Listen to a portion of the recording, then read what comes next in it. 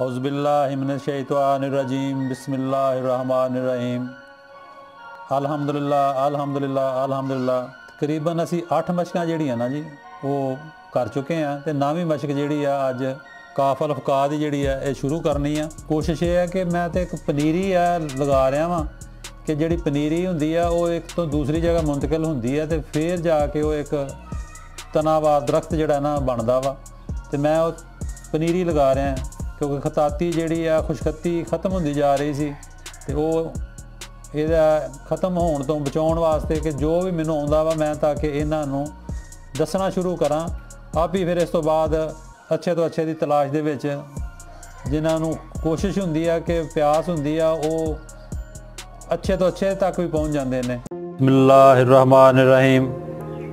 मशक number 9 और सबक number 98। मशक साडी काफ दी मुकम्मल हो गई सी। हुण काफ दोबारे मैं लिखांगा।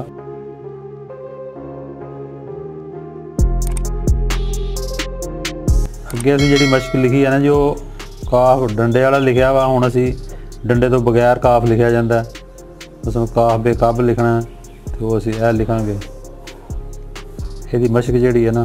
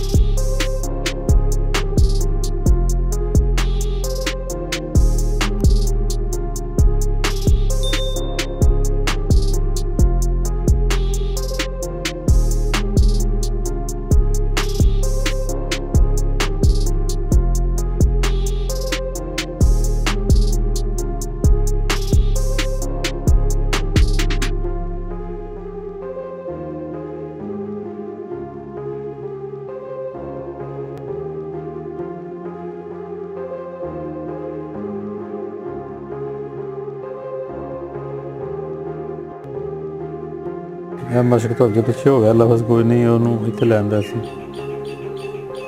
दसना तो सी कि असी ए जिहड़े ने